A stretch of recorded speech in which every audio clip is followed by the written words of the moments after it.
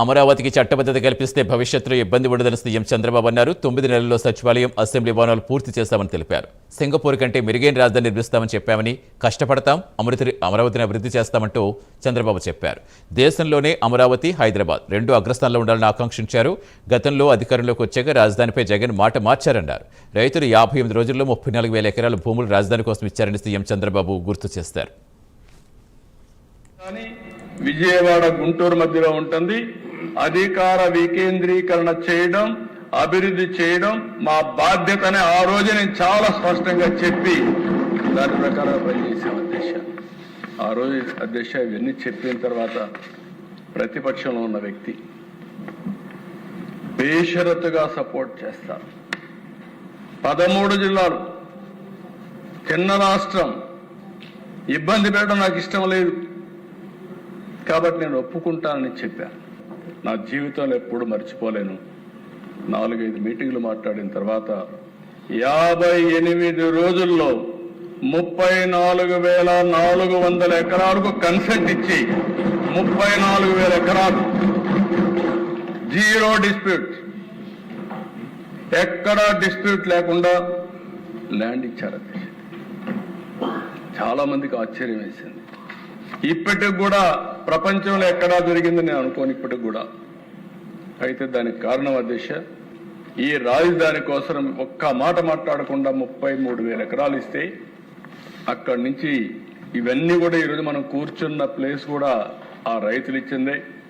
ఈ సందర్భంగా మరొక్కసారి ఆ రైతాంగానికి శిరస్సు వంచి నమస్కారాలు తెలియజేస్తున్నాను. ఇది ఒక స్ఫూర్తి.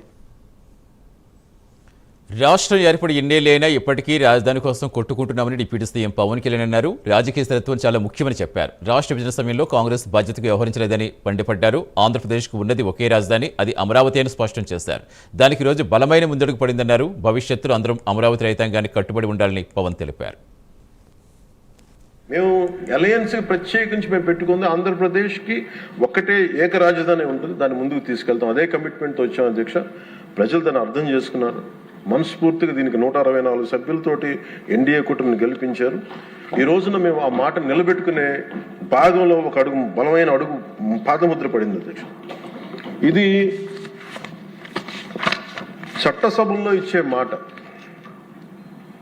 జస్ట్ ఒక సింపుల్ ప్రామిస్ కాదు, ఏదో ఇస్తున్నాం చేస్తాం అలా కాదు.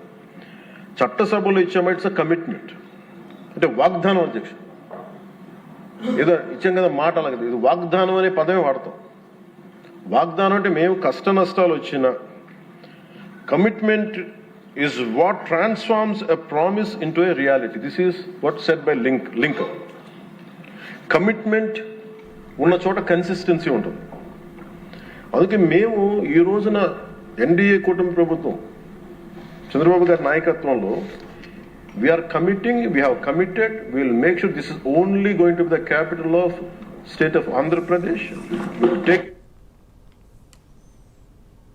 అమరావతి అంటే భూమి కాదు, ఎమోషన్ అని మంత్రి నారా లోకేష్ అన్నారు. రైతుల త్యాగానికి ప్రతిరూపమే అమరావతి అని చెప్పారు. ప్రపంచమే ఆశ్చర్యపోయేలా రాజధాని నిర్మించాలని చంద్రబాబు ఆకాంక్షించారన్నారు. ఒకే రాష్ట్రం, ఒకే రాజధాని, అభివృద్ధి వికేంద్రీకరణ తమ విధానం అన్నారు. అందరూ గర్వపడేలా ఆర్సిలర్ మిట్టల్ స్టీల్ ప్లాంట్ తీసుకొచ్చామని లోకేష్ తెలిపారు. ఆనాడు ఒకే రాష్ట్రం, ఒకే రాజధాని, జై అమరావతి నినాదంతో వెళ్ళాం సార్. దానికి మనందరం కట్టుబడి ఉందాం. మీ నాయకత్వంలో విశాఖపట్నం అభివృద్ధి చెందుతుందని వాళ్ళందరూ చెప్తాం జరిగింది అధ్యక్ష. 5 సంవత్సరాలు కలిసికట్టుగా పోరాడాం. అందుకే ఎవ్వరు ఊహించిన విధంగా 164 స్థానాల్లో తిరిగి మళ్ళీ ఎన్డీఏ గెలిచి ఈరోజు మనం వచ్చాం అధ్యక్ష. అధ్యక్ష, మనందరం we are all merely custodians of these institutions అధ్యక్ష. మనందరం ఎవరం కానీ భూమిపైన శాశ్వతం కాదు అధ్యక్ష, కానీ వ్యవస్థలు శాశ్వత అధ్యక్ష. అధ్యక్ష, ఒక్కసారి హైదరాబాద్ అభివృద్ధి చూద్దాం అధ్యక్ష.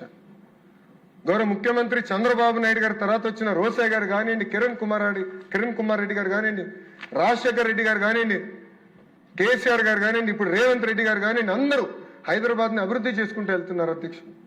కానీ ఆంధ్ర రాష్ట్రంలో ఏం జరిగింది అధ్యక్ష?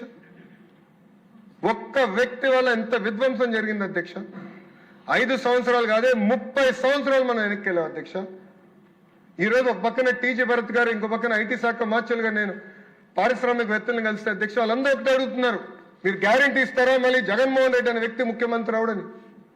మాకు అనేక పరిశ్రమలు తెలిసి ఎంత ఇబ్బంది పడినాం అతని పరిపాలనలో. మీరు గ్యారంటీ ఇస్తారని అడుగుతున్నారు అధ్యక్ష.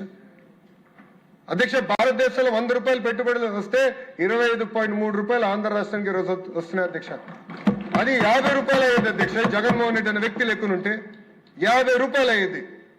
ఎందుకంటే అందరూ అడుగుతున్నారు, మమ్మల్ని 50% మంది అడుగుతున్నారు, మీరు గ్యారంటీ ఇస్తారా మళ్ళీ అలాంటి వ్యక్తి తిరిగి రావడం?